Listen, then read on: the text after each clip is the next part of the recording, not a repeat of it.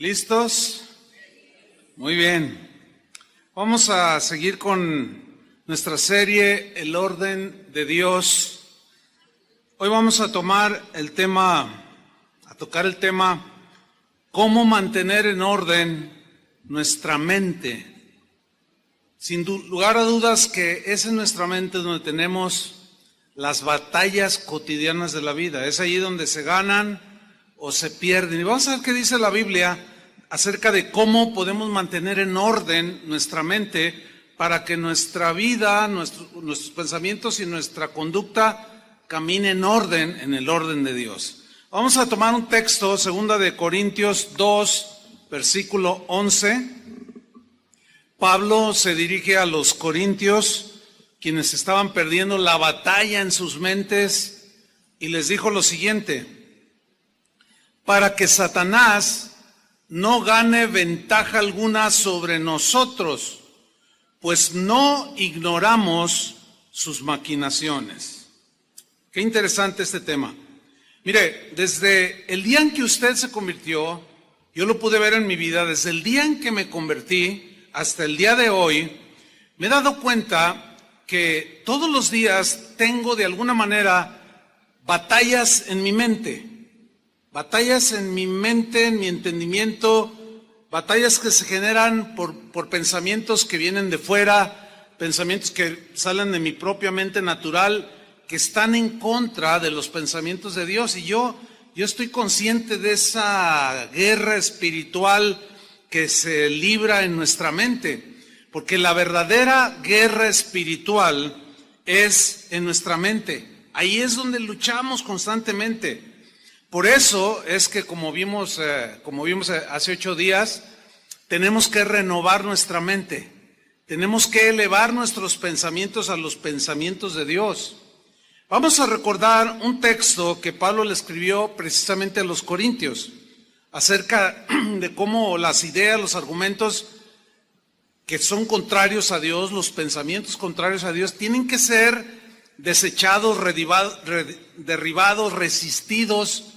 Y les dijo en 2 Corintios 10:4 lo siguiente: porque las armas de nuestra milicia no son carnales. Milicia es batalla, guerra, y aquí hace una analogía de la guerra física que hay entre naciones o individuos, pero él le hace una aplicación al ámbito espiritual. Entonces dice: las armas de nuestra guerra espiritual no son armas carnales como rifles, pistolas, espadas, no, sino son armas, dice Pablo, que son poderosas en Dios, armas espirituales que son poderosas en Dios. ¿Para qué? Para la destrucción de fortalezas. Hace 8 días vimos que la palabra fortalezas aquí se refiere a los pensamientos arraigados en las mentes de los seres humanos, que son como fortalezas impenetrables, pero que cuando llega la palabra de Dios, derriba esas fortalezas, que son pensamientos que hemos ido acumulando en nuestra mente, que nos han hecho o nos hicieron o nos siguen haciendo tener conductas que ofenden a Dios. Y Pablo dice que tenemos armas ahora espirituales para derribar esas fortalezas en nuestra mente. Dice el versículo 5, derribando argumentos. Argumentos son logismos o pensamientos y toda altivez que se levanta o se quiere poner por encima del pensamiento de Dios, toda altivez que se levanta contra el conocimiento de Dios. Y dice, además, dice Pablo, llevando cautivo. Cautivo significa, todo esto ya lo estudiamos, estoy dando una breve semblanza. Cautivo significa meter en orden, poner bajo sujeción. ¿Qué? Todo pensamiento distorsionado aquí. A meterlo al orden, a la obediencia de Cristo. Bien. Es pues en la mente donde libramos las batallas más feroces. Es ahí donde las batallas se dan cotidianamente. Y es también en nuestra mente donde ganamos o perdemos las batallas, según los pensamientos que gobiernen en nuestra mente. ¿Sí?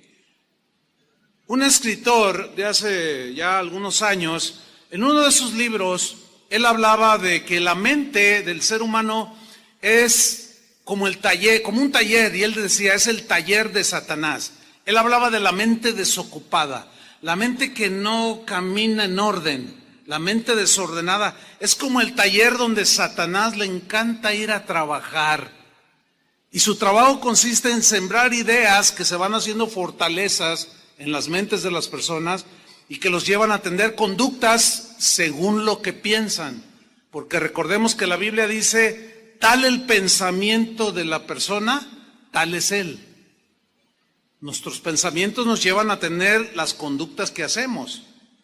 Si Satanás logra sembrar, implantar pensamientos en tu mente, si tú permites que Satanás siembre esos pensamientos desordenados, entonces tú le estás abriendo la puerta para que esos pensamientos se vuelvan fortalezas y te lleven al desorden, te llevan a conductas que ofenden a Dios.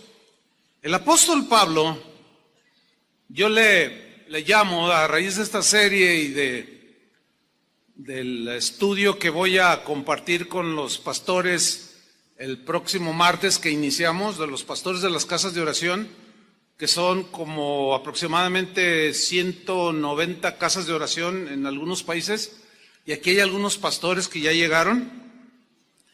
Estudiando pues esta serie, Dios me hablaba de tratar el mismo tema, pero lo titulamos, en el caso de los pastores, el orden de Dios en el ministerio. Porque así como hay ovejas desordenadas, también hay pastores desordenados. ¿Verdad que sí, ovejas? Y también hay ovejas desordenadas, ¿sí o no, pastores? Ya estamos a mano. Pero todos queremos entrar en el orden de Dios. ¿Cuántos dicen amén? Y sin duda que también va a haber un desafío, así se llama nuestro evento anual, el desafío del ministerio. Porque en el caso del apóstol Pablo, yo les comentaba que mientras estudiaba, me di cuenta que sus enseñanzas, todas, sin excepción, todas sus cartas, siempre eran consejos para poner orden en las iglesias. Entonces yo le puse el apóstol del orden. Bueno, yo así le puse a él. Y va a ser algo del tema que yo voy a tratar con ellos.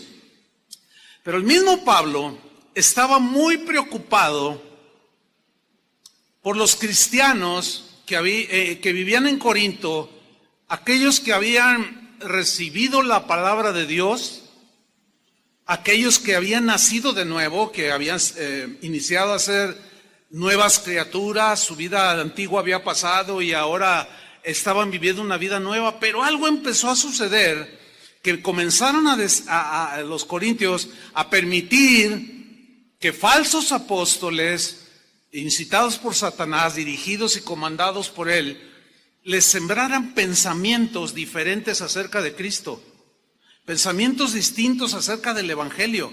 Y Pablo estaba muy preocupado por los corintios.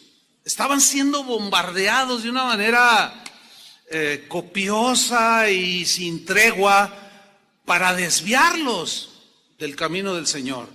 Y en su preocupación, Pablo les escribió en 2 de Corintios capítulo 11, versículo 3, les dijo lo siguiente: pero me temo, tengo ese temor, decía Pablo, que como la serpiente, que es símbolo de Satanás, lo sabemos, que como la serpiente con su astucia engañó a Eva, y hace alusión al Génesis, tengo ese temor, que así como engañó a Eva la serpiente, así vuestros sentidos sean de alguna manera extraviados de la sincera fidelidad a Cristo.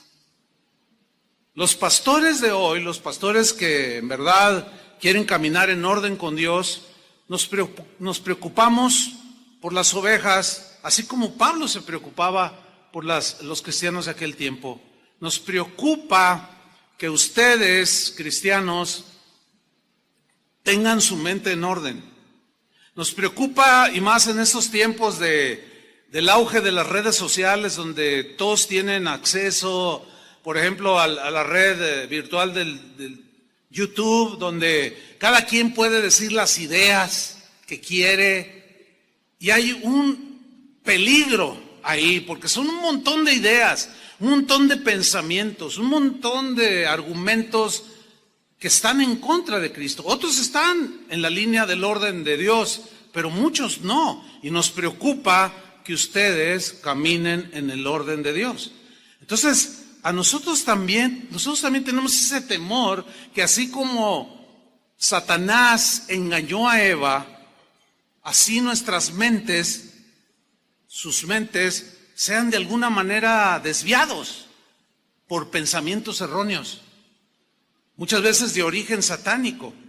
El mismo versículo de 2 Corintios 11:3, se los voy a leer en la versión Palabra de Dios para Todos, porque allí la traducción es más clara, aludiendo a la mente. Pongan atención, dice así: pero me temo que así como la serpiente engañó a Eva con su astucia, la mente de ustedes, ahí está, la mente de ustedes, en la Reina Valera dice, vuestros sentidos, pero habla de los sentidos como el entendimiento, el discernimiento, la conciencia, etcétera. Vuestras mentes, la mente de ustedes también se corrompa y se desvíen de la pureza y la devoción que tienen por Cristo. Una preocupación genuina. Ahora, Pablo dice que Eva fue engañada por la astucia de Satanás. Cuando dice astucia, habla de algo fríamente calculado. No estoy hablando del 8, algo que piensa, algo que se genera en la mente satánica de manera fría, pero astuta, hábil, pero con maldad para destruirnos. Ahora bien, Eva permitió que Satanás depositara en su mente pensamientos contrarios a los pensamientos de Dios. Dios les había dicho con claridad, tanto a Adán como a Eva, de todos los árboles del huerto pueden comer, menos de este árbol que está aquí. Si ustedes comen, el día que ustedes coman de él, ciertamente se van a morir. Dijo así Dios, ¿no? Pero llega Satanás y pone en tela de duda con otra idea que va directo a la mente de Eva. Y le dice, así es que Dios te dijo que si tú comes de ese árbol prohibido, ¿te mueres? Y Eva le contesta, sí, él dijo que si lo hago, me muero, nos morimos. Y Satanás le dice, no te mueres. Y aquí ya vemos un conflicto de ideas, un conflicto de pensamientos. Lo que había dicho Dios, que sí se morían si comían, y lo que había dicho Satanás, que si comían no se morían. Pero ¿en dónde se estaba librando la batalla? En la mente de Eva. El problema con ella fue que permitió que ese pensamiento le empezara a generar preguntas desacertadas. Sin duda que la mente de Eva empezó a vagar, empezó a divagar, como si fuera un taller. Satanás empezó a trabajar en la mente de Eva y ella sin duda que entró en esa disyuntiva, bueno, ¿qué será lo cierto? ¿Moriré o no moriré? Y empezó la duda. Quizá pensaba cosas como, ¿acaso la serpiente tiene la razón? Quizás Dios está exagerando su prohibición. A lo mejor Dios está exagerando y me prohibió algo que es bueno para mí. Ahí fue donde Eva comenzó a iniciar en su derrota, en su mente. ¿En dónde? En su mente. Dice Pablo que la serpiente engañó en sus sentidos, o sea, en su mente a Eva con su astucia. El verbo engañar es el que hay que estudiar aquí. Viene de un término griego que también se puede traducir de tres maneras, por lo menos. Seducir, cautivar, atraer. Hay quien lo traduce como embrujar. Entonces el texto se puede leer: me temo que como la serpiente con su astucia sedujo los pensamientos y la mente de Eva, la cautivó, la atrajo hacia el fruto prohibido. Satanás logró lo que pretendía hacer, porque Eva permitió que esos pensamientos comenzaran a anidarse en su mente. Lo mismo sucede con nosotros. La misma estrategia de Satanás la pone a funcionar. Por eso es que Pablo, preocupado por los corintios, les dice: yo tengo ese temor que sus sentidos, sus mentes, sus pensamientos sean de alguna manera extraviados, desviados de la fidelidad a Cristo y se vayan por otros caminos. Los corintios estaban perdiendo la batalla en su mente. ¿Por qué? Porque estaban aceptando otras ideas acerca de Cristo, otras ideas acerca del Evangelio. En la Reina Valera, en segunda de Corintios 11:4, Pablo les dice la razón de su preocupación y les dice así: porque si viene alguno, ese alguno se refiere a unos que más adelante les llama falsos apóstoles, emisarios de Satanás, así les llama, porque traían otras ideas, otros pensamientos. Y Pablo les dice así: porque si viene alguno predicando, predicar es hablar un conjunto de ideas y de argumentos acerca de Dios o de Dios. Entonces, ellos estaban oyendo a algunos predicando, que predicaban a otro Jesús, no el Jesús que Pablo les había predicado. Si viene alguno predicando a otro Jesús que el que os hemos predicado, decía Pablo, o si recibís otro espíritu que el que habéis recibido, u otro evangelio que el que habéis aceptado, bien lo toleráis. Aquí está la palabra clave: lo están tolerando. Están permitiendo que esas ideas comiencen a meterles duda, que fue exactamente lo que Satanás logró hacer en la mente de Eva: poner en tela de duda la palabra del Señor, cuando les dijo: no comas, porque si comes te vas a morir.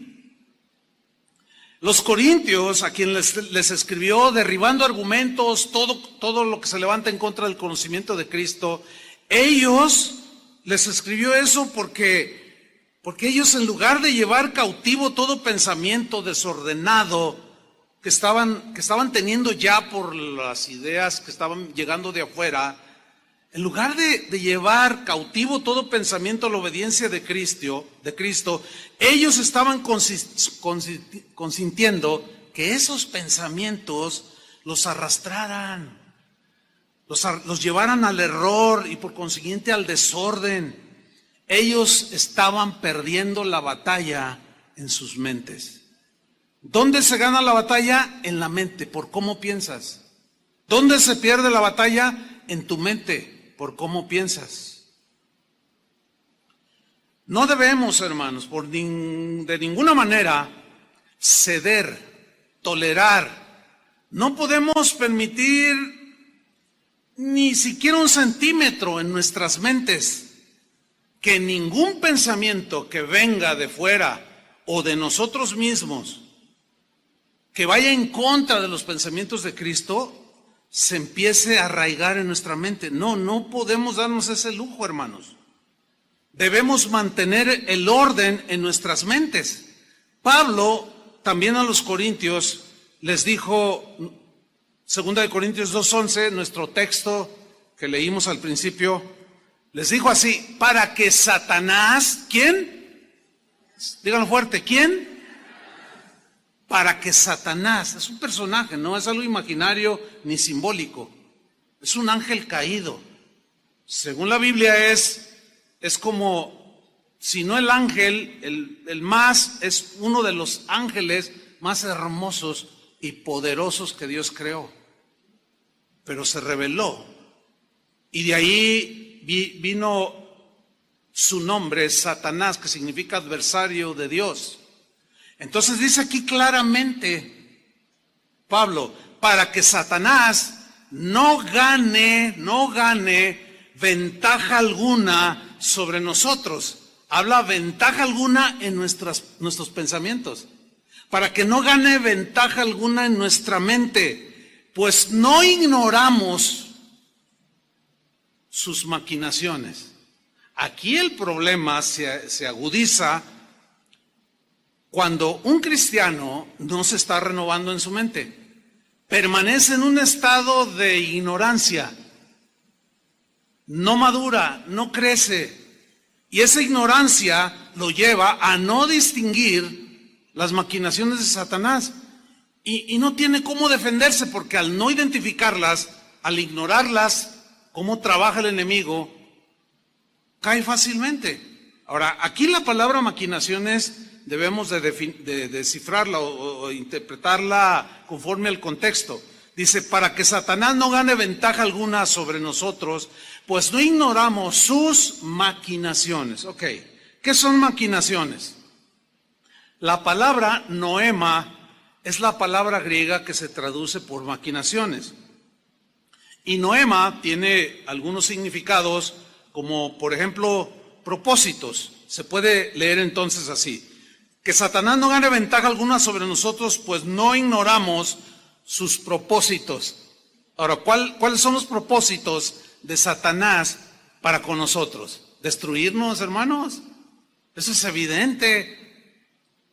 No hay la menor duda que esos son los propósitos de él. Y para lograrlo hace maquinaciones.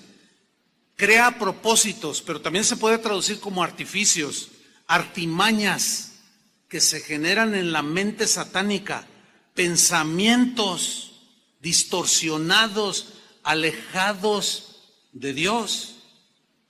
Entonces podemos leer aquí lo que Pablo decía, que Satanás no gane ventaja alguna sobre nosotros, pues no ignoramos que Satanás tiene propósitos destructivos. Usa de manera artificiosa, usa artimañas, maquinaciones que se han generado en su mente, pensamientos horrendos que tú no debes permitir por ningún motivo que te atrapen. El libro de los Hechos narra una de las historias más trágicas porque sucedió dentro de la comunidad cristiana de aquel tiempo. ¿Qué estaba sucediendo? Mucha gente se estaba convirtiendo a Cristo. Y el Espíritu Santo comenzaba a trabajar en los corazones de los cristianos de aquel primer siglo de nuestra era.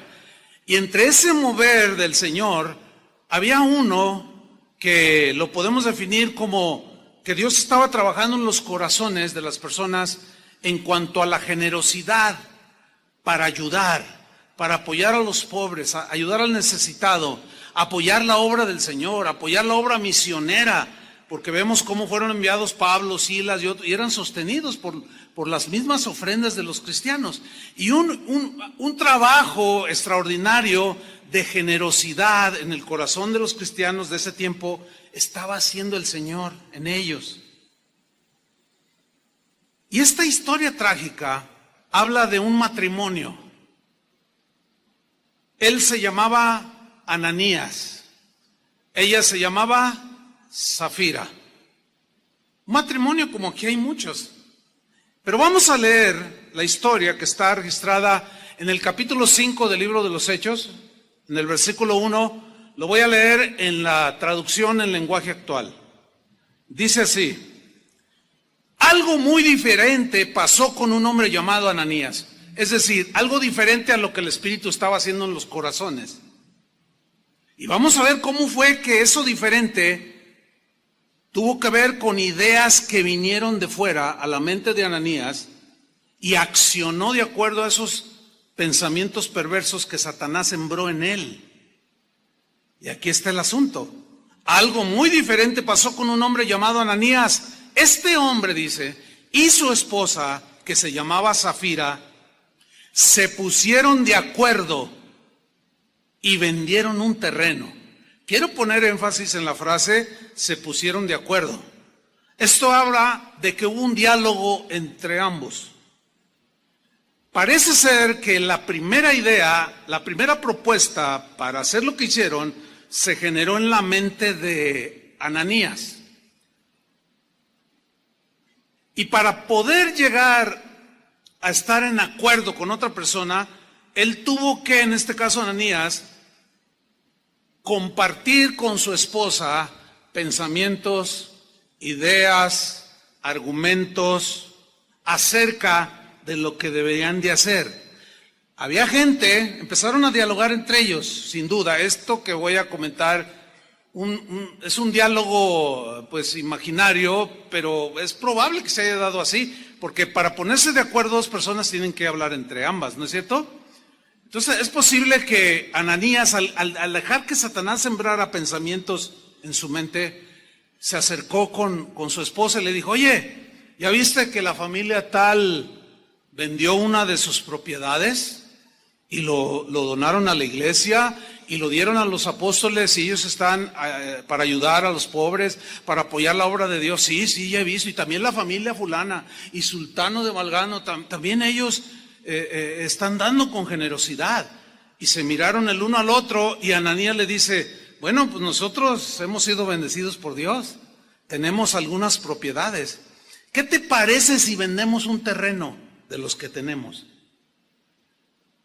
Pues sí, me parece bien, pero no vamos a dar todo el dinero.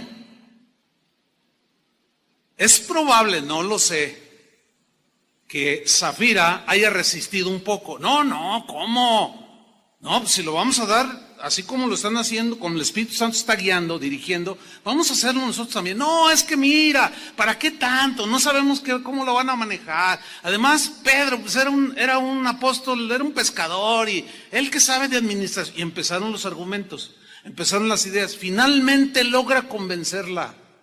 Atención, matrimonios, jamás se pongan de acuerdo en lo malo.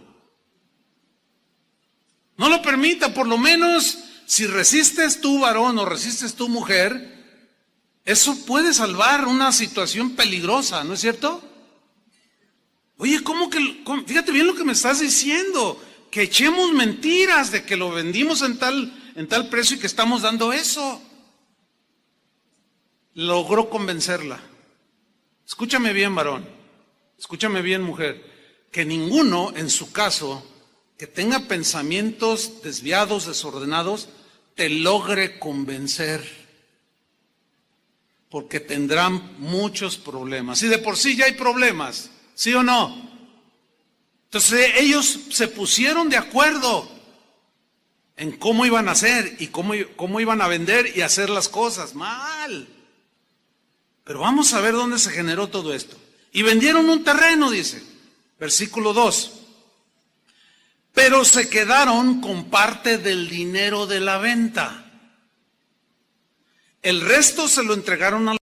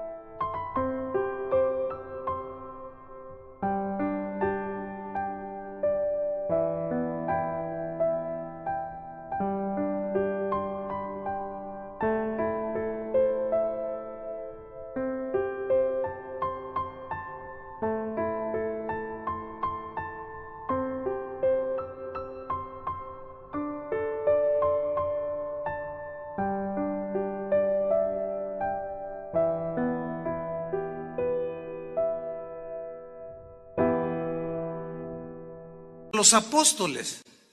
Entonces Pedro le dijo a Ananías, aquí vemos que los dones del Espíritu Santo operaban de manera notable en los primeros cristianos.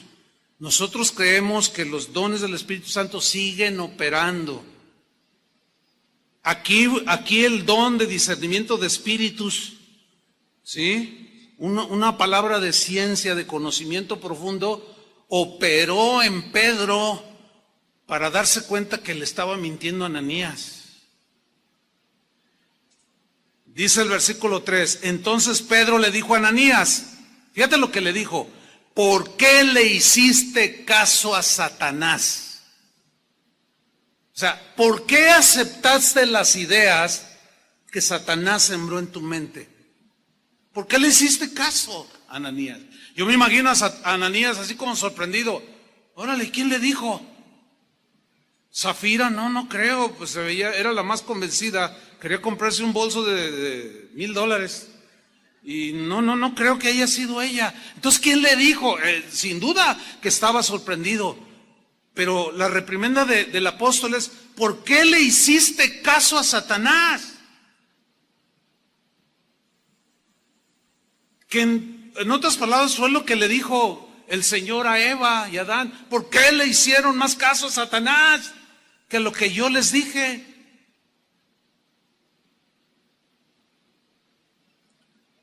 Le sigue diciendo Pedro, creíste.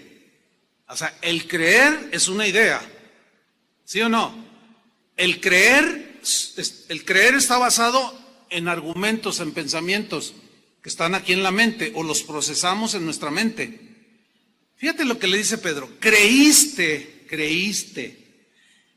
O sea, era error. Creíste que podrías engañar al Espíritu Santo y te quedaste con parte del dinero. Eso fue lo que Satanás le sugirió en su mente. Esto fue lo que platicó con su esposa para lograr ponerse de acuerdo. Y el Señor pues le está reprendiendo por medio del apóstol. ¿Por qué le creíste a Satanás? ¿Por qué le hiciste caso? ¿Creíste que podías engañar a Dios? Ahora yo les hago una pregunta. ¿Podemos engañar a Dios? Nos podemos esconder de aquellos que creemos, que nos interesa que no nos vean lo que hacemos. Como los niños, los niños, tú los estás viendo y luego te descuidas y luego él quiere hacer algo, arrebatarle la paletita, el chupetín, el juguetito, qué sé yo, a su hermanito o a su primo, y te ve que te descuidas y le hace así como que no me está viendo, órale. Y muchas veces así actuamos. Pensamos que podemos engañar a los demás, pues sí, pero a Dios es imposible. Ahora, procesen bien esto. Es imposible engañar a Dios. No podemos esconder nada. Si ese pensamiento prevalece en tu mente y te gobierna, te aseguro que cometeríamos menos tonterías. ¿Sí o no? La conciencia de que Él sabe todo y de que Él ve todo. Sin duda que si ese pensamiento te gobierna, nos gobierna, vamos a cometer menos tonterías. Creíste que podías engañar al Espíritu Santo y te quedaste con parte del dinero. Le dice en el versículo 4, comienza a derribar los argumentos, las fortalezas en la mente de Ananías. Y le dice, antes de vender el terreno, era todo tuyo y de tu esposa. ¿Era cierto el argumento? Pero contundente, era tuyo. Y cuando lo vendiste, todo el dinero también era de ustedes. Argumento contundente, era cierto. ¿Por qué lo hiciste? Fíjate, acción. ¿Por qué lo hiciste? Ahora, ¿por qué lo hizo? Porque un pensamiento empezó a gobernar su mente. Terminó haciendo el pensamiento. Le hizo caso a Satanás. ¿Dónde se generan las victorias? En la mente. ¿Dónde se generan las derrotas? En la mente. Ahí está, clarísimo el principio. Pero lo trágico viene en el versículo 5. Al oír esto, Ananías cayó muerto allí mismo. Esto no es simbólico, ni metafórico. Esto es literal. Cayó fulminado. Un juicio de Dios inmediato para hacernos entender que no podemos engañarlo. Ahora, el hecho de que se vea poco en la iglesia este tipo de casos no significa que Dios no sepa las cosas. Lo que pasa es que su misericordia prevalece sobre el juicio y prefiere aplicar misericordia que juicio. Pero no juguemos con Él, porque al ser soberano bien puede hacerlo en cualquier momento. Es mejor estar en orden. ¿Cuántos dicen amén? Sin duda. Cayó muerto, dice, y unos muchachos ahí envolvieron el cuerpo de Ananías y lo llevaron a enterrar. Y todos los que estaban en ese lugar sintieron mucho miedo. ¿Quiénes? Imagínense, por supuesto que sí. Como, ay, no, a Dios no le podemos esconder nada. ¿Se imaginan los comentarios en las casas de otros cristianos y de la gente no cristiana? Oye, ¿ya supiste lo que sucedió allí con los cristianos? Unos que quisieron engañar a Dios, quisieron mentir al Espíritu Santo que ellos hablan, cayó fulminado. ¿Cómo? No te metas con ellos. Esos parece como que el Dios de ellos toma las cosas en serio. ¿Y cuántos saben que el Señor sigue tomando las cosas en serio? En serio. Dice el versículo 7. Como 3 horas más tarde llegó Safira con su bolsa nueva, sin saber lo que había pasado. No tenía la mínima idea de lo que había sucedido a su esposo. Entonces Pedro, operando los dones nuevamente, le preguntó: dime, ¿vendieron ustedes el terreno en este precio? Y me imagino que le enseñó el dinero. ¿Lo vendieron en este precio? Así es, respondió ella. Ese fue el precio. Entonces Pedro le dijo: ¿por qué se pusieron de acuerdo? ¿Para engañar al Espíritu del Señor? Mira, ahí vienen los muchachos que acaban de enterrar a tu esposo y ellos mismos te enterrarán a ti. Al instante, dice, Safira cayó muerta. Qué terrible historia, hermanos. Que Dios tenga misericordia de nosotros. Amén. Pero hay que ordenar nuestras mentes. Hay que ordenar nuestros caminos. Vemos pues que Ananías y Safira perdieron la batalla en sus mentes. Pensamientos contrarios a los de Dios desordenaron sus mentes. Fueron seducidos, engañados y atraídos a mentir a Dios y a disfrazar con hipocresía su generosidad. Y eso no va con Dios. Ahora la pregunta obligada es: pastor, pues yo quiero ordenar mi mente, pero ¿cómo puedo mantener en orden mi mente? Porque nos damos cuenta, ¿sí o no?, de que cotidianamente tenemos luchas en nuestra mente, ¿sí o no? Sin duda. La respuesta está en la Biblia. Santiago capítulo 4 versículo 7. Santiago dijo cómo podemos mantener en orden nuestra mente. Dijo así: someteos pues a Dios, resistid al diablo y él huirá de vosotros. 3 cosas aquí a estudiar. Número 1, someteos. Sométanse a Dios. Esa palabra a muchos no les gusta, incluyendo cristianos. No, eso de someterse me suena así como de que aquí lo que yo digo, eso se hace y tengo que someterme. No.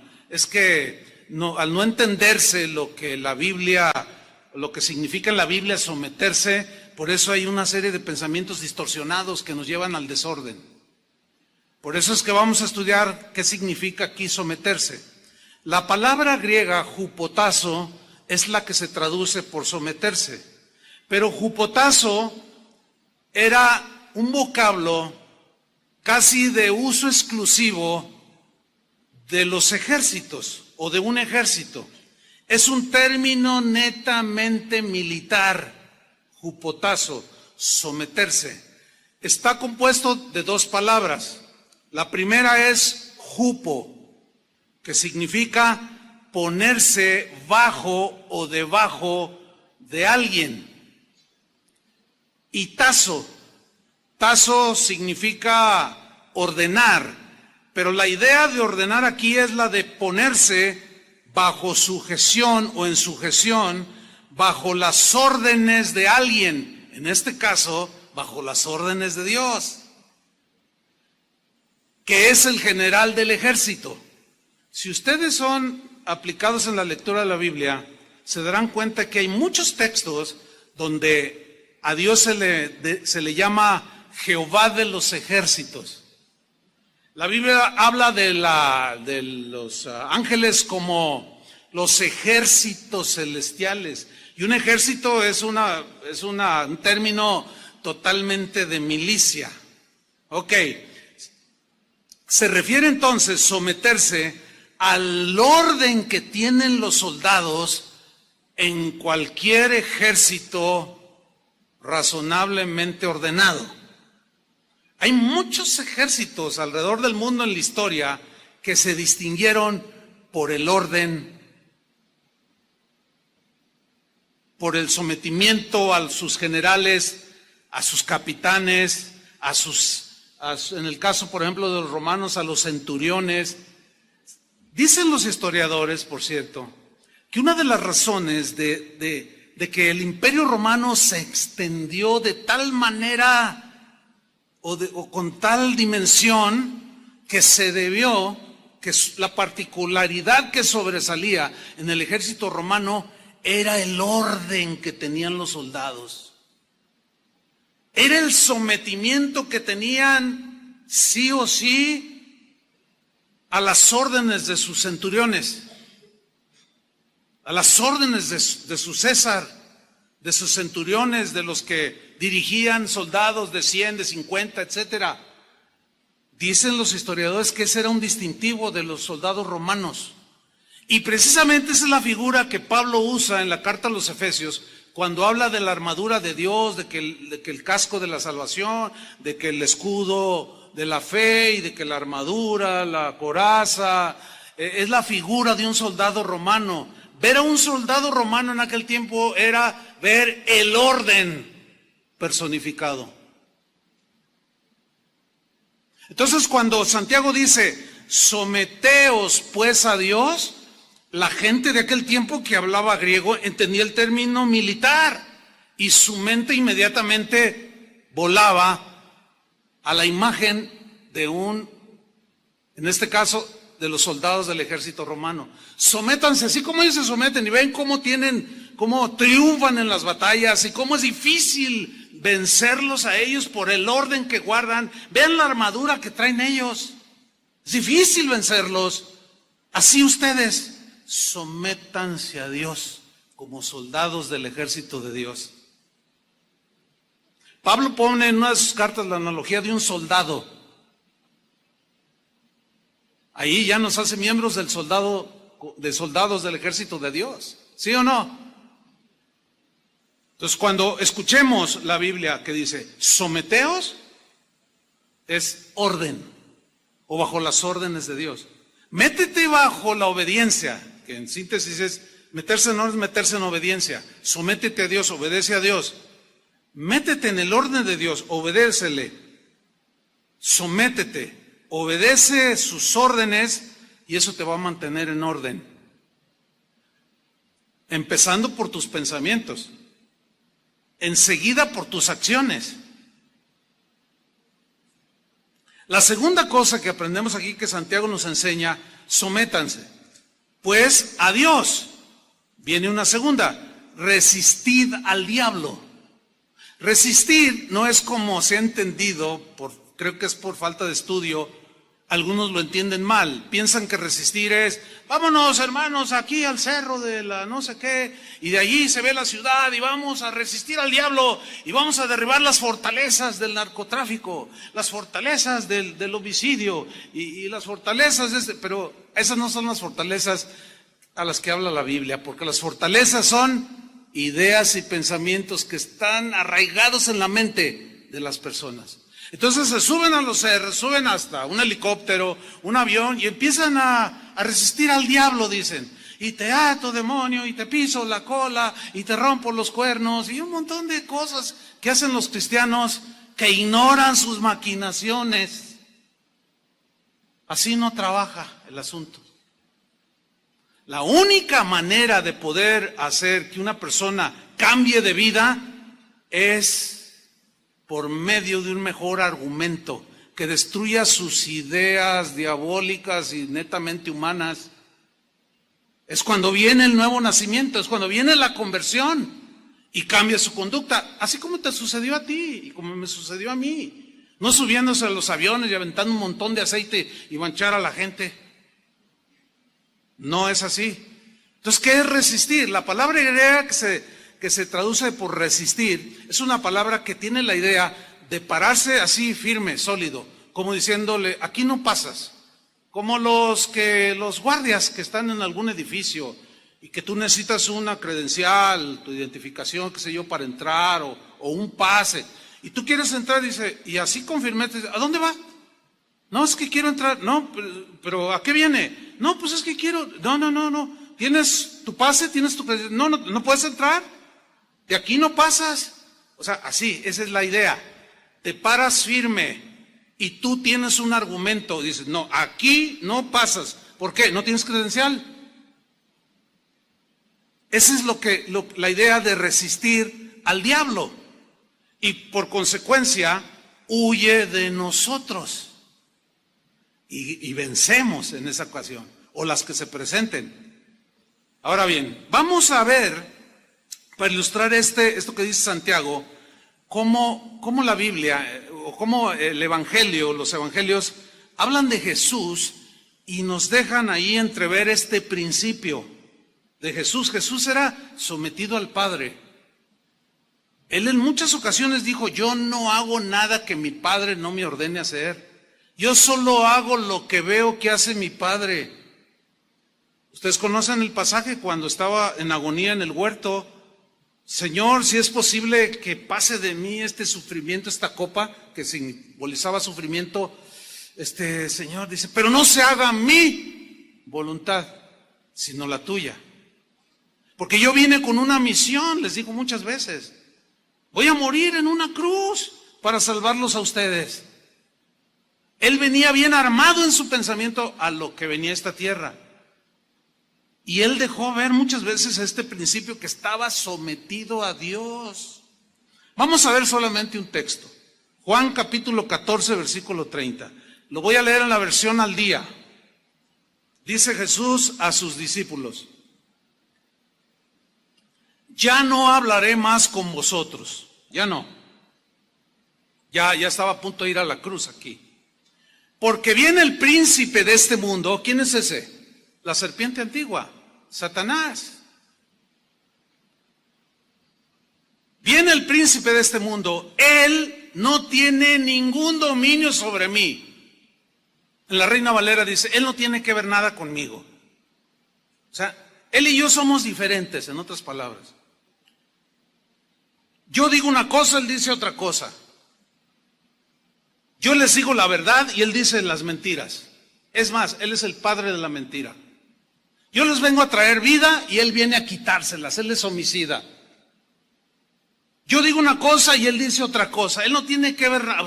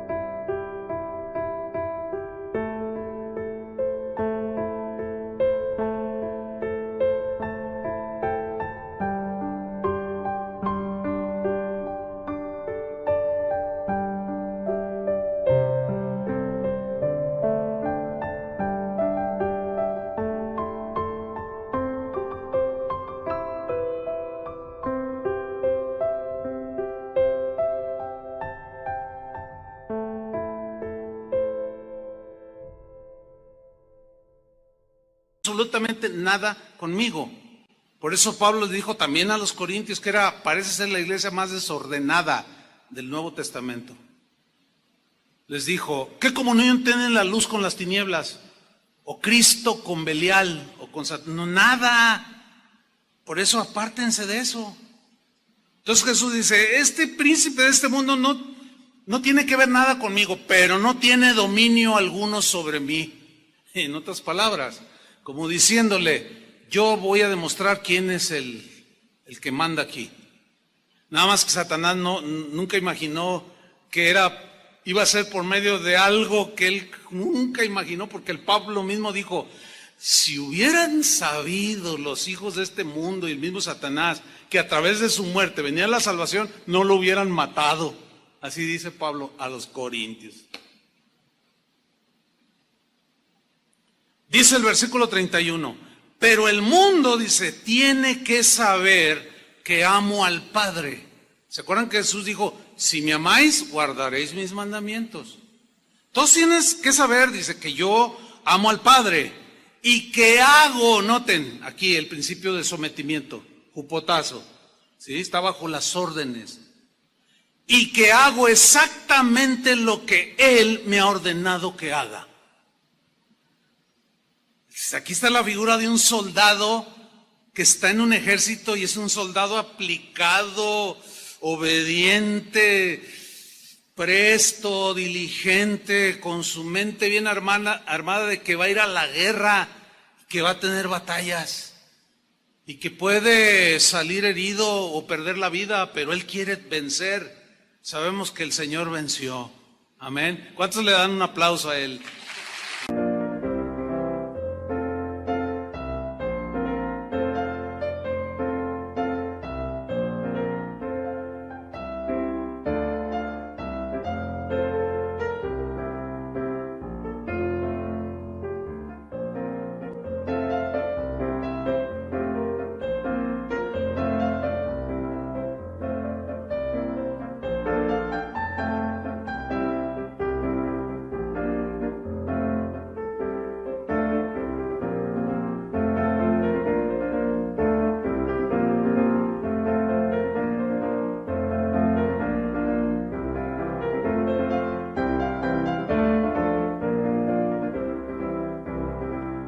Amén.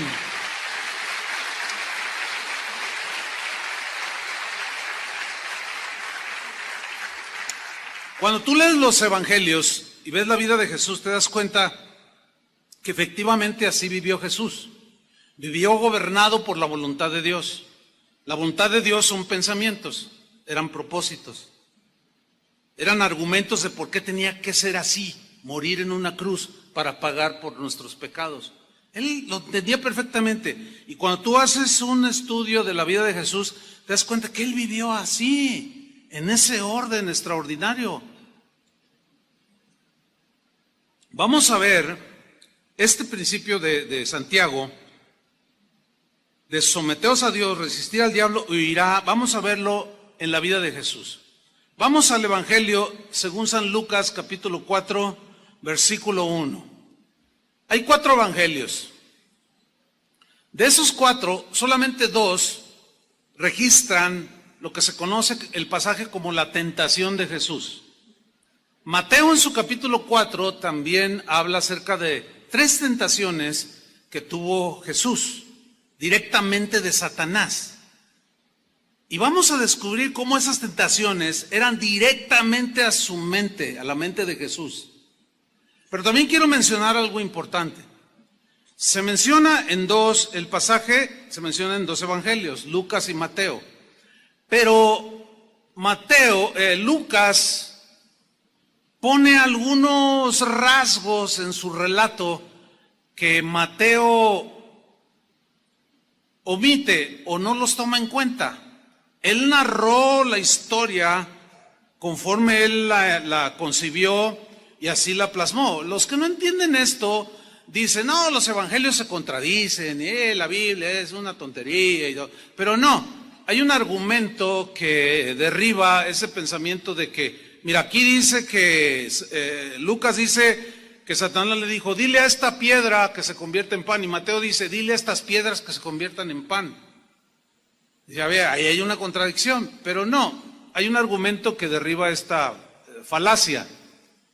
Y el argumento es este. Sucede una tragedia, hay muchos heridos, algo sucede, explota un tanque de gas, qué sé yo, y la noticia corre por todos lados, ¿cierto? Y los reporteros de Televisa, de TV Azteca, los fifís les dicen, no, los chayoteros dicen, no se, bueno, olvide eso, olvide.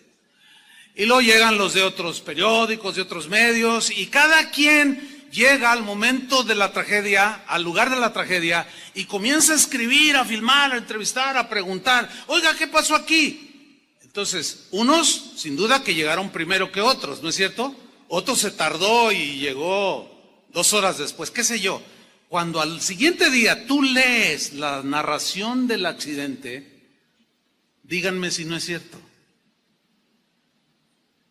Todos son diferentes, con detalles que otros omiten, pero el hecho en sí de la tragedia de la explosión, todos la mencionan, ¿sí o no?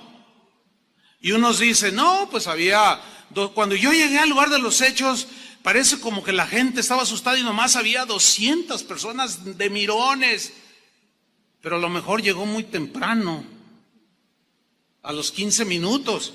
Y otro que llegó a las 2 horas dice, no, aquello no podía yo ni acercarme al lugar de los hechos. Había como 10,000 personas que se están contradiciendo. No, es que cada uno lo está escribiendo conforme a lo que él vio y su circunstancia. Bueno, ese argumento creo que es suficiente para aclarar que los evangelios tampoco se contradicen en sus narraciones. ¿Entendieron o no? Y si no, bueno, vuelvan a escuchar esta parte y luego ya lo captan.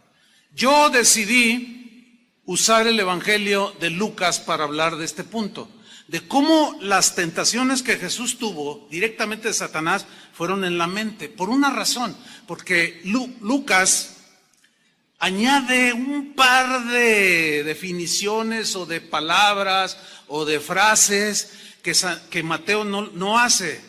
Y en el caso de Lucas nos aclaran más sobre el tema. Vamos a leerlo. Dice Lucas 4:1, Jesús, lleno del Espíritu Santo, volvió del Jordán, donde había venido el Espíritu Santo como paloma sobre él y todo eso. Y él volvió del Jordán y fue llevado por el Espíritu al desierto, a un lugar desolado. La palabra que se traduce por desierto habla de lugar totalmente solitario. Pues la idea de desierto pues es esa. Ahora bien, aquí es algo bien importante. ¿Por qué en el desierto? ¿Por qué tuvo el Espíritu Santo, lo llevó, lo dirigió al desierto? Mateo dice para ser tentado por el diablo. Lucas dice que por 40 días estaba en el desierto y era tentado por el diablo. Ok, aquí la palabra tentación o tentar tiene 2 implicaciones. Una es positiva y otra es negativa.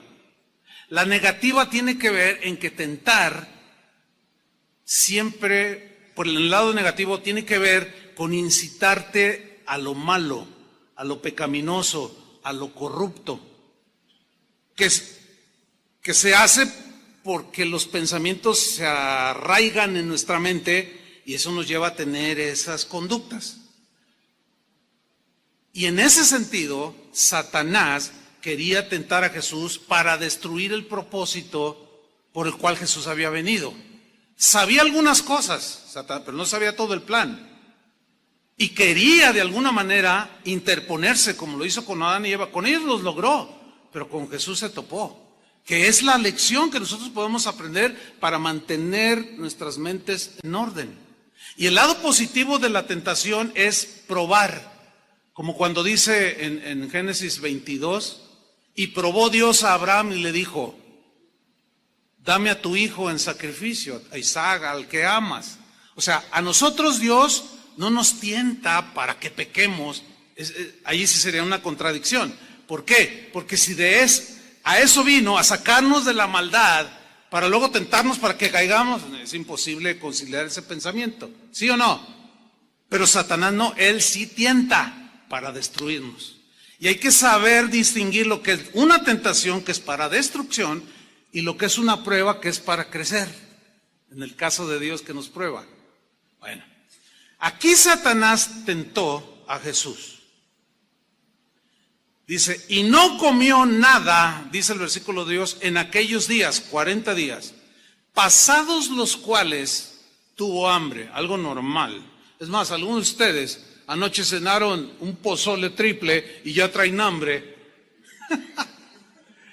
¿Cuántos traen hambre? A ver, sean sinceros. Yo no, porque acabo de comer algo. Pero mira, el tener hambre es algo natural, normal, pero resulta que cuando tenemos hambre, algo le pasa a la mente. ¿No se han fijado? O sea, como que no te importa lo demás. Tú tienes hambre y entramos en esa situación, podemos llamarle de debilidad humana. Jesús era humano, pero él fue tentado en todo según nuestra semejanza, pero él no pecó. Hay gente que cuando tiene hambre reacciona de una manera, otros reaccionan de otra manera. Algunos reaccionan cuando tienen hambre, algunos se quedan callados, no dicen nada. Yo conozco uno que está aquí, casi lo estoy viendo. Y ya sabemos que cuando estamos en algún convivio o algo y él está así, es que tiene hambre. Y ya todos decimos, es que ya tiene hambre. Pero hay otros que se ponen nerviosos, otros se ponen de mal humor. Hay reacciones que afectan la mente. ¿Han notado eso? Yo les comentaba en la mañana que tengo un gatito. Ustedes saben que tengo varias mascotas, ¿no? Bueno, uno es un gatito de una raza, no me acuerdo el nombre, pero es un gato grande y está bien fornido, está bien gordito. Así son esos gatos, porque no come mucho. Y se llama Panchito Louis. Mira qué lindo gatito. La verdad, te roba el corazón. Porque es bien afable, le hablas. Generalmente los gatos son huraños y ay, qué lindo gatito. Se me hace que tenemos en la casa un lindo gatito. ¿Se acuerdan? Y generalmente los gatitos... Pero ese a la gente que llega a mi casa o que lo ve por allí y le habla, el gatito se acerca y es mimoso y todo. Pero ¿sabe una cosa que hemos descubierto mi esposa y yo? Que cuando tiene hambre no nos hace caso. Como que su mente gatúbeda no funciona. Tiene reacciones diferentes. Yo a veces llego a la casa y le digo, Panchito, ven. Y si está bien comidito, y se da vueltas, y lo abraza y todo, pero con el Panchito y me ve y, Panchito, ven para acá, y no me hace caso, y luego se acerca así a lo lejos, y luego, miau, como reclamándome, tengo hambre, o sea, está de mal humor. Le doy sus croquetitas, o su pedacito de, qué sé yo, carnita que le gusta, y se le quita. Fíjese, hasta en los animales hay esa reacción. Es como una debilidad. Y ahí es donde Satanás se aprovecha. En el momento de debilidad. En el desierto, donde no hay nadie. Donde nadie te ve. ¿Sabes dónde es donde Dios prueba con mayor intensidad nuestra integridad, nuestra santidad, nuestra honradez? Cuando estás tú solo. Porque cuando estás con los demás, no, pues aquí todos son bien portados. Hasta aureola se les ve. Pero cuando ya andamos por ahí, pues ay, a ver si no me ve algún hermano, ay, que no me vea mi esposa. Por eso el adúltero se esconde, no quiere que lo vean. La adúltera igual y se pone lentes y una cubierta en la cabeza y para que no me vean. Tratan de esconderse. Pero es allí en la soledad. ¿Qué haces? ¿Qué hacemos cuando estamos solos? Ese es el punto. Y peor cuando estás enfrente de una computadora, donde con un clic te meten una de basura, una de ideas en la mente, pero con un clic también la proteges. O sea, le cambias o le apagas. Y dice pues que era tentado, tuvo hambre y vino la tentación en ese momento, versículo 3. Entonces el diablo, noten, le dijo, decir, pues para que sea coherente tienen que ser ideas bien trazadas, ¿no es cierto? Le dijo, o sea, le dio un argumento, le dio mañosamente, astutamente, le quiso poner en su mente una idea, le quiso sembrar un pensamiento en su mente al Hijo de Dios y le dijo así, si eres hijo de Dios, que algunos o muchos eruditos de la Biblia dicen que en el griego se debería de haber traducido o se entiende mejor de la siguiente manera, puesto que eres el Hijo de Dios, o en base a que eres hijo de Dios, aunque si eres hijo de Dios también se puede captar la idea, es más clara con, puesto que eres el Hijo de Dios, di a esta piedra que se convierte en pan. Di. Decir, se dicen ideas, ¿no? Se dicen pensamientos. Lo que está en tu mente, lo que está en tu corazón, en tu interior, eso es lo que se dice. Porque del corazón salen, ¿qué? Los malos pensamientos. Y aquí habla del corazón ligado a una mente. Y el corazón es lo más profundo del ser humano, pero donde razonamos es en la mente. Y de ahí, dice, se generan todas estas cosas. Entonces Satanás le dice, di, pero en el griego decir, el verbo decir, se traduce como mandar, ordenar. En otras palabras, puesto que eres el Hijo de Dios y tienes todo el poder, ordena, manda a esta piedra que se convierta en pan. Ahora, aquí la pregunta obvia es esta. ¿Podía Jesús convertir no solo una piedra, un montón de piedras y hasta ponerse a distribuir pan? ¿Podía haberlo hecho Jesús? Por supuesto que sí. Hay muchos pasajes en la Biblia que nos hablan de ese poder que él tenía, como cuando en aquella boda de Canaán convirtió el agua en vino, ¿se acuerdan? Como en aquella ocasión que había 5,000 varones, no había comida, no habían contado a las mujeres ni los niños, 20,000 personas aproximadamente, no había nada que comer y un niño trae unos pececillos y unos panecillos y a ver, tráiganmelos, él ora, da gracias y los multiplica y les da de comer a todos y todavía dice, y todo lo que sobró guárdenlo en cestas para que no se pierda nada. Hasta en eso era ordenado el Señor, háganme favor. Y sobraron 12 cestas. O sea, todo eso y más hizo el Señor. ¿Qué acaso no podía haberse hecho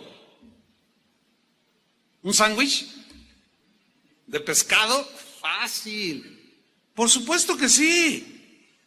Pero ahí es donde estaba la tentación. Satanás, y queriendo influir en su mente, queriendo desviar el propósito por el cual Jesús había venido en la tierra, que no era para hacer un despliegue de poder. ¿Se acuerdan cuando lo apresaron a él y lo golpeaban y le decían, a ver, si eres hijo de Dios, di quién te pegó? ¿Se acuerdan? Otro en la cruz le dijo, a ver, si eres hijo de Dios, baja. Y el ladrón dijo, sí, sálvate y sálvanos. ¿Podía haberlo hecho? Nada más y nada menos resucitó de la muerte. Pero entonces, ¿por qué no lo hizo? Porque él no vino a hacer un despliegue de poder, ni de show. Él vino con un propósito, él vino a buscar y a salvar lo que se había perdido, y eso somos nosotros. Y para hacer semejante tarea no se necesita el espectáculo, ni el show, ni el exhibicionismo. Y Satanás quiso llevarlo por ahí sembrando la idea, a ver, demuestra tu poder. Ahora, ¿cómo reacciona Jesús? Como estaba sometido a Dios, lo resistió, se paró firme y le dijo, de aquí no pasas, fíjate. Y le dijo, escrito está.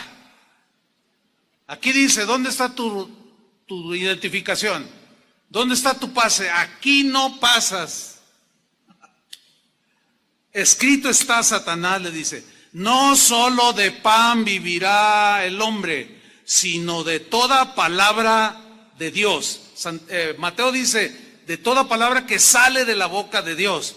Pero cuando dice Lucas, sino de toda palabra de Dios, ¿de dónde salió la palabra? De su boca. No hay contradicción. Ahora, aquí donde dice toda palabra de Dios, esa palabra toda, en el griego, habla del conjunto de todas las partes. En otras palabras, que lo que tenemos hoy en la Biblia salió de la boca de Dios.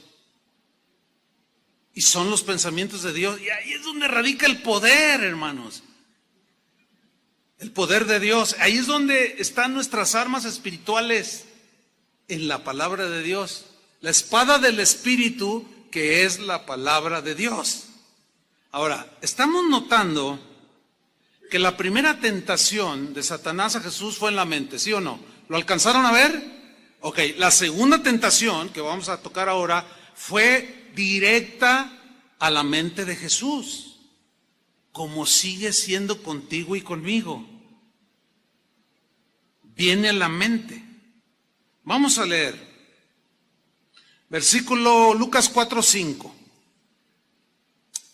Dice así, y le llevó el diablo a un monte alto y le mostró en un momento todos los reinos de la tierra. Ahora, aquí la pregunta es, del versículo 5 es, la frase donde le llevó a un monte muy alto, el llevar a Jesús a un monte muy alto fue literal, de que lo llevó como si fuera el Cerro del Cuatro o una montaña, el Everest, ¿fue literal o fue imágenes en la mente de Jesús?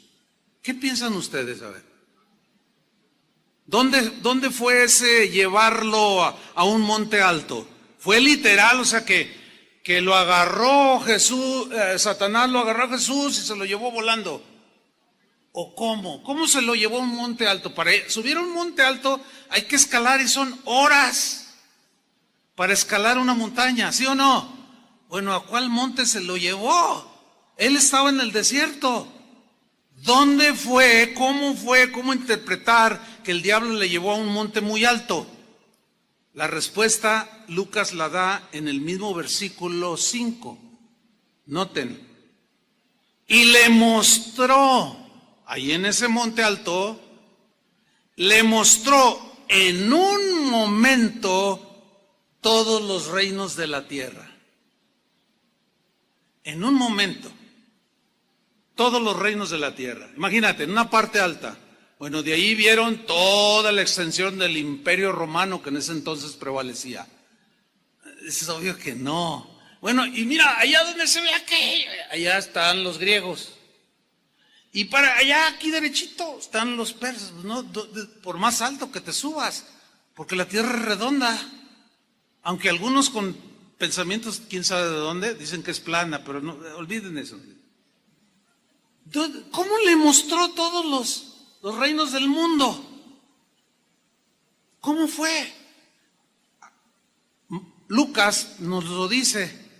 Ahí está, mire, y le mostró en un momento todos los reinos de la tierra.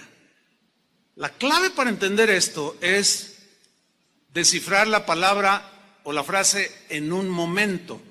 La palabra griega que aparece, que se traduce aquí por le mostró en un momento, es la palabra cronos, de donde viene cronógrafo, que es el que mide el tiempo.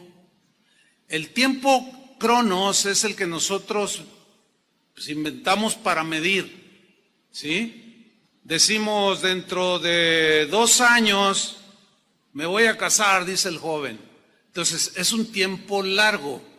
El tiempo crono se mide con espacios de largo tiempo y con espacios cortos. ¿Sí? Bueno, en este pasaje, cuando dice, y le mostró en un momento, habla de un cronos, un momento de tiempo que se traduce por en un instante, en un minuto. ¿Qué le mostró en un instante y en un momento, en un par de minutos o en segundos? ¿Qué le mostró? Todos los reinos de la tierra. Le voy a poner un ejemplo. En este momento yo estoy pensando en todos los lugares donde he estado en mi vida. En un momento, no llevo ni 30 segundos y ya pensé en Europa, en África, en muchos países donde está, y así literalmente. Y aquí tenemos visitantes de Argentina, pues ya pasaron también, ya anduve por allí, de Paraguay, en algunas de allá en Villahermosa, allá en Seattle, en un segundo, y ahorita mi mente me estoy acordando de cosas que vi. Yo estuve en las cataratas del Niágara allí, en las de Iguazú, allí viendo las maravillas del cielo. Todo eso está en mi mente ahorita, tengo imágenes en un momento. Otro ejemplo. Me gusta este ejemplo, porque yo sé que tumbo argumentos.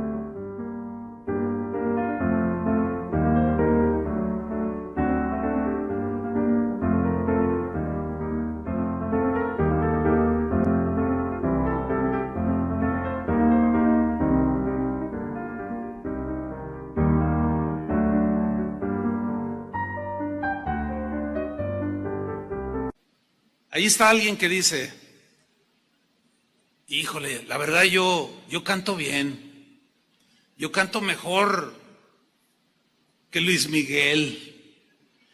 Si alguien me diera una oportunidad de cantar, ay, y empieza la mente, ahora canta horrible, ¿eh? Y su esposa se lo ha dicho, pero, para ilustrar nada más, pero el diablo le ha dicho, no hombre, cantas mejor que Luis Miguel. Entonces tú te la crees y empieza tu mente a volar en un instante. Ya me vi en el Palacio de Bellas Artes, en el DF. Me estoy viendo, ya me vi allá en Australia, ya me vi en Alemania, en los mejores escenarios cantando. Oh, yo quiero ser. Y tu mente empieza a volar. En un minuto visitaste un montón de países. ¿Dónde fue? ¿Fue literal o en tu mente? Bueno, ese es precisamente el punto aquí. Le llevó a un monte alto y en un momento, en unos instantes, rápido le mostró todos los reinos del mundo. Fue en la mente, hermanos, entiendan eso. Para seducirlo. Y le dijo el diablo, versículo 6, a ti te daré toda esta potestad o autoridad, te voy a dar todo esto que quieras. Y la gloria de ellos, les dice. O sea, la fama, el dinero, los placeres, etcétera, etcétera. Porque a mí me ha sido entregada, mentira. Todo le pertenece a Dios. A Satanás le pasa lo que a veces a nosotros nos pasa. Decimos mi carro, mi casa, mi esto, mi lo, pero no somos dueños de nada. Ya lo hemos discutido eso, ¿sí o no?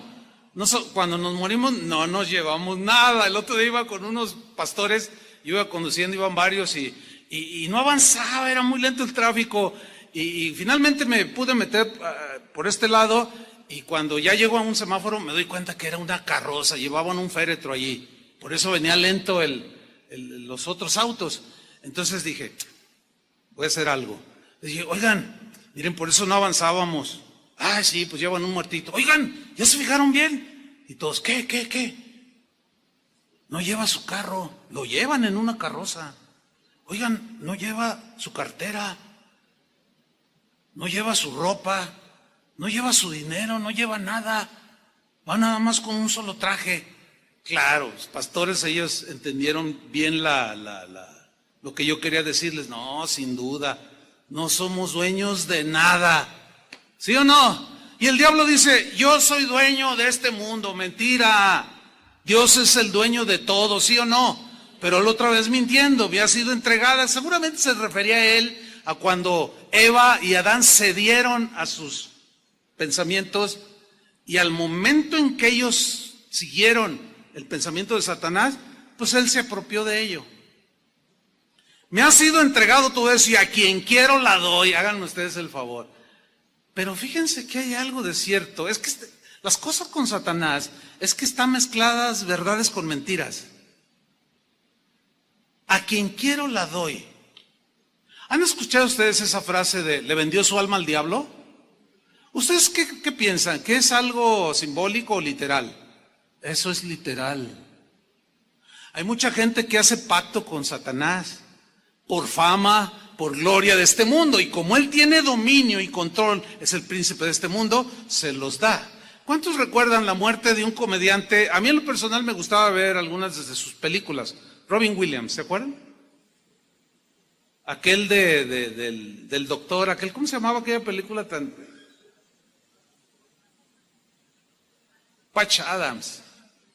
Bueno, ese hombre, a veces hasta lograba llevarte a las lágrimas.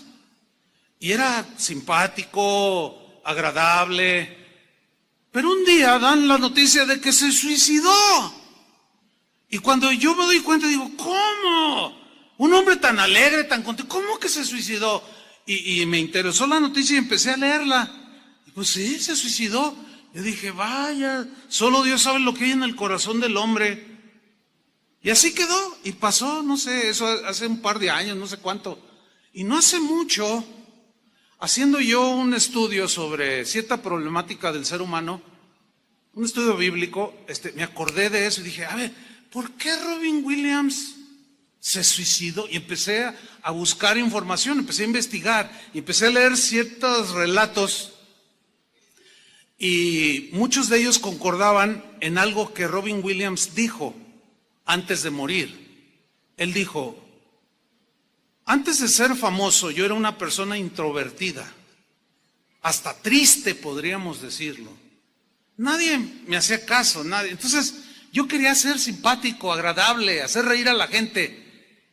Y según las crónicas dicen que él dijo, e hice un pacto con el diablo, con Satanás. Y lo invoqué y le dije que si me daba gracia y favor y fama y dinero, yo lo serviría. ¿Cuántos están enterados de esa noticia de lo que yo estoy diciendo? Bien poquitos. Bueno, está bien, no hay problema. Mejor lean la Biblia. Pero a mí me sirve para ilustrar esto. Hizo un pacto con el diablo. El hombre que hacía reír a todo mundo estaba en una profunda depresión. Llegó el diablo, le cobró la factura y le sembró una idea, quítate la vida. Y lo hizo. Terrible, hermanos.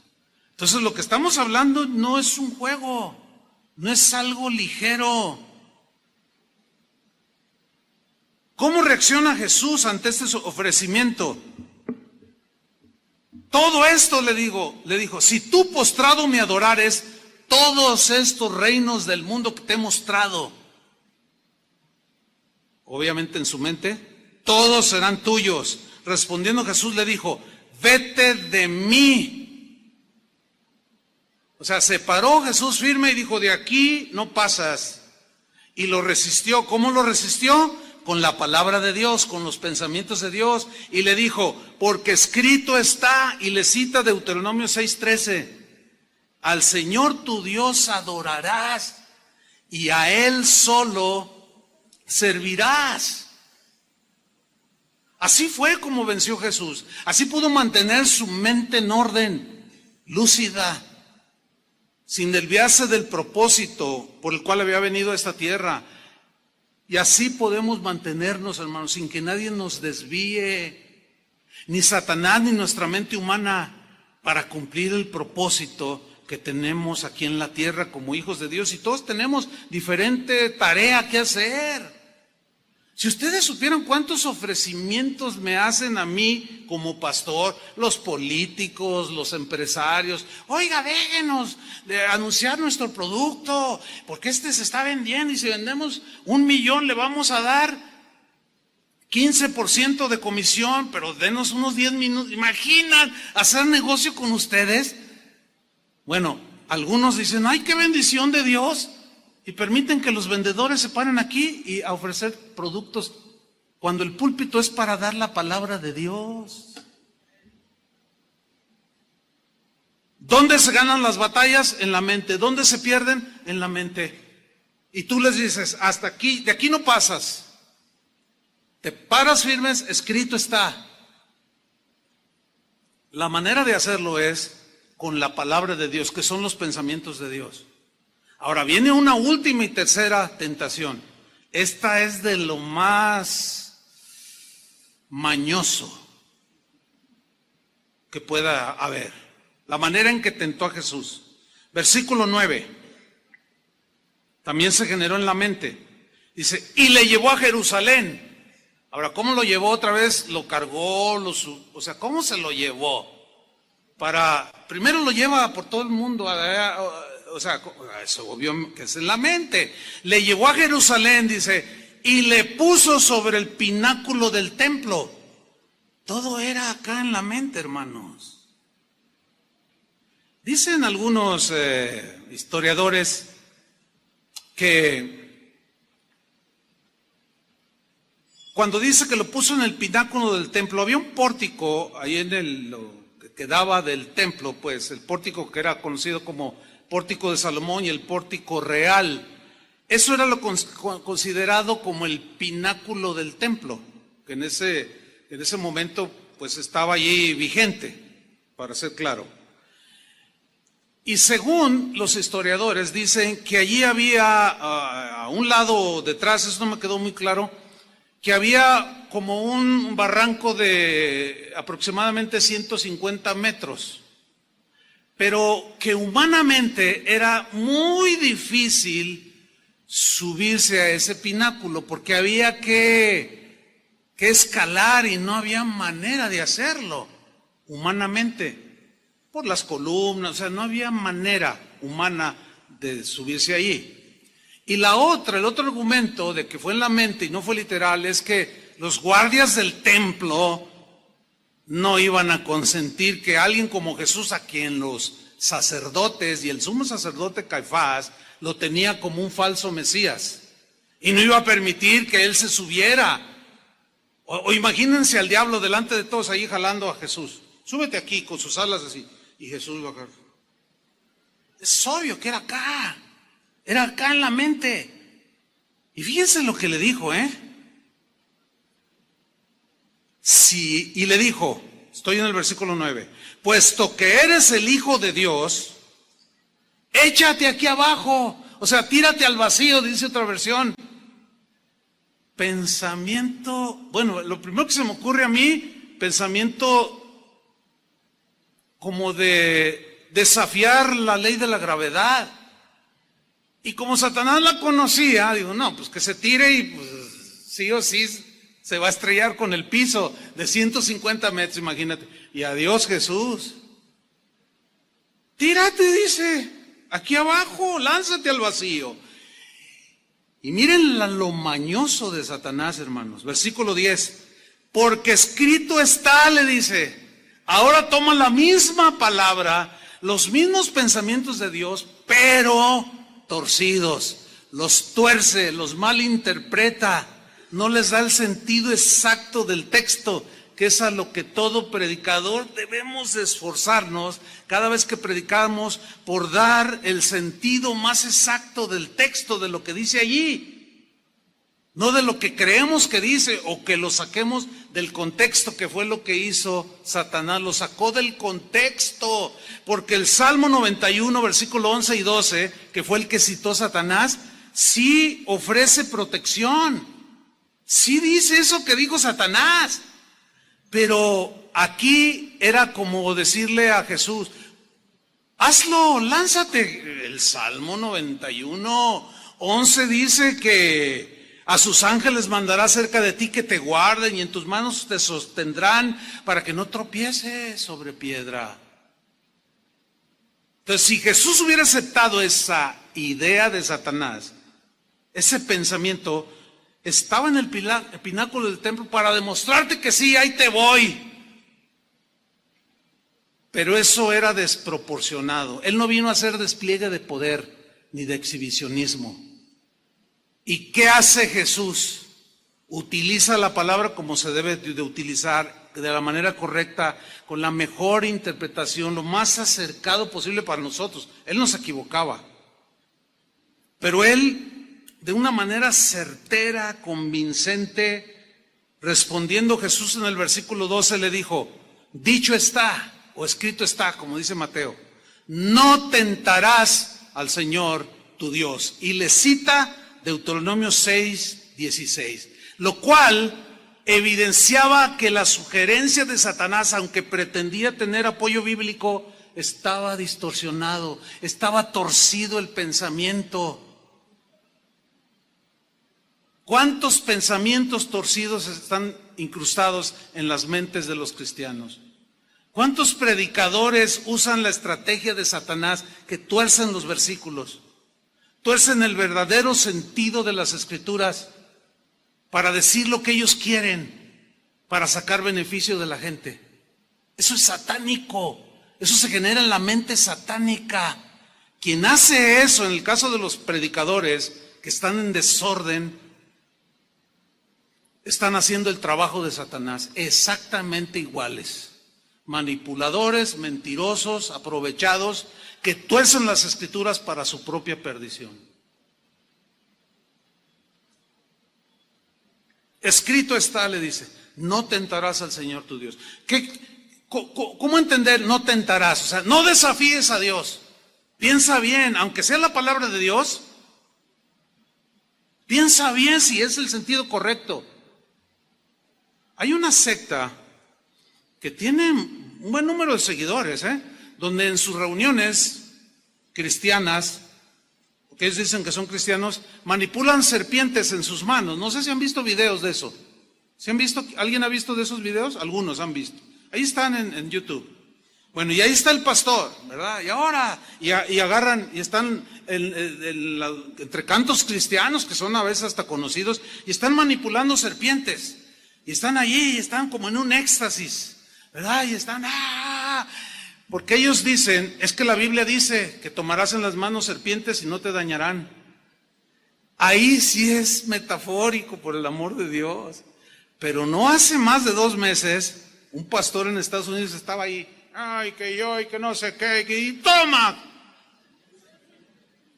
Y era una serpiente súper venenosa y no les dio tiempo, creyeron que no porque tomarás en tus manos serpientes, no te dañarán.